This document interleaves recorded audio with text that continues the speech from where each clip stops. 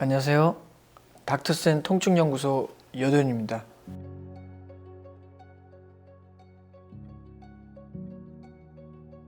특별히 목이 아픈 것도 아닌데 손의 움직임이 둔해지거나 글씨체가 변하고 걸음걸이가 어색해졌다면 이는 단순한 노화나 근육의 문제가 아닐 수 있습니다.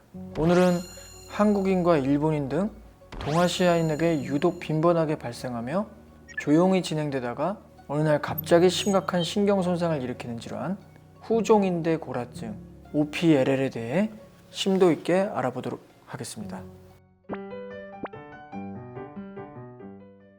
후종인대는 척추뼈 뒤쪽에서 척수를 보호하며 지지하는 인대입니다.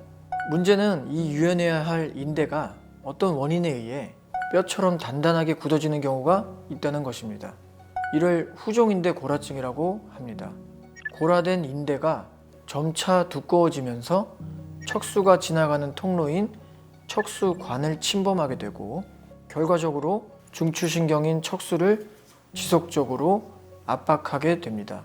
이 질환의 가장 큰 특징은 수년에 걸쳐 매우 서서히 자신도 모르는 사이에 진행된다는 점입니다.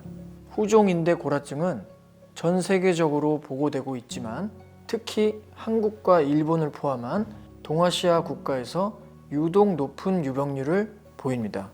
일본의 경우 인구의 2에서 4%까지 발견된 정도이며 한국 또한 결코 적지 않은 빈도로 나타납니다.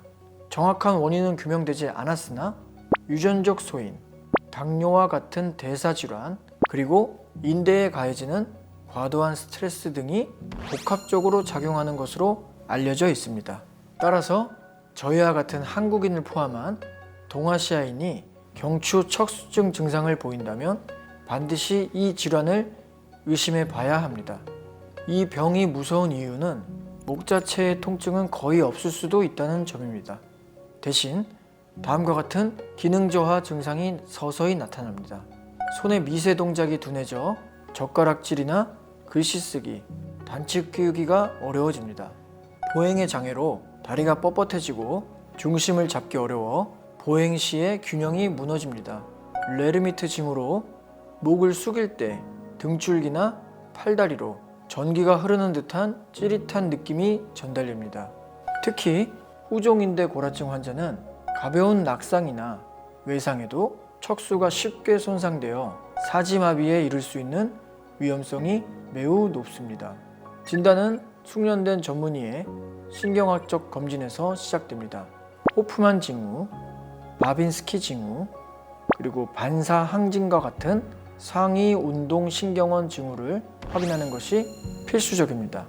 엑스레이에서 후종인대가 하얀 선처럼 골아된 양상을 확인할 수 있습니다. CT는 골아된 인대의 두께와 정확한 범위를 파악하는 데 가장 탁월한 검사입니다. MRI는 척수가 얼마나 압박받고 있는지 그리고 이미 신경 내부에 손상이 시작되었는지를 확인하기 위해 반드시 병행되어야 합니다. 후종인대 골아증은 약물로 사라지거나 진행을 멈출 수 있는 병이 아닙니다. 신경학적 증상이 명확히 발현되었다면 수술적 감압술이 표준 치료입니다. 전방 접근 수술, 골아된 인대를 직접 제거하는 방식으로 확실한 방법이지만 기술적 난이도가 매우 높습니다. 대개는 국소적이거나 젊은 환자에게 고려되지만 거의 하지 않습니다.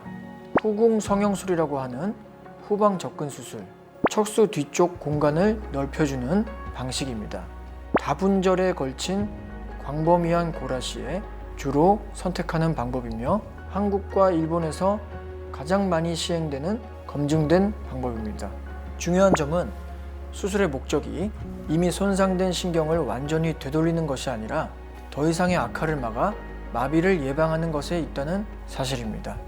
따라서 조기 진단과 적절한 수술 시기 결정이 환자의 예후를 좌우하겠습니다. 후종인대 골아증은 조용히 진행되지만 증상이 나타났을 때에는 이미 위험 수위에 도달한 경우가 많습니다. 원인을 알 수 없는 손의 둔함이나 보행장애가 느껴지신다면 지체 없이 경추 척수 상태를 점검 받으셔야 합니다. 정확한 진단과 올바른 치료 결정이 여러분의 소중한 신경을 지키는 유일한 방법입니다. 닥터센 통증연구소는 여러분이 놓치기 쉬운 작은 위험 신호까지 면밀히 살피겠습니다. 감사합니다.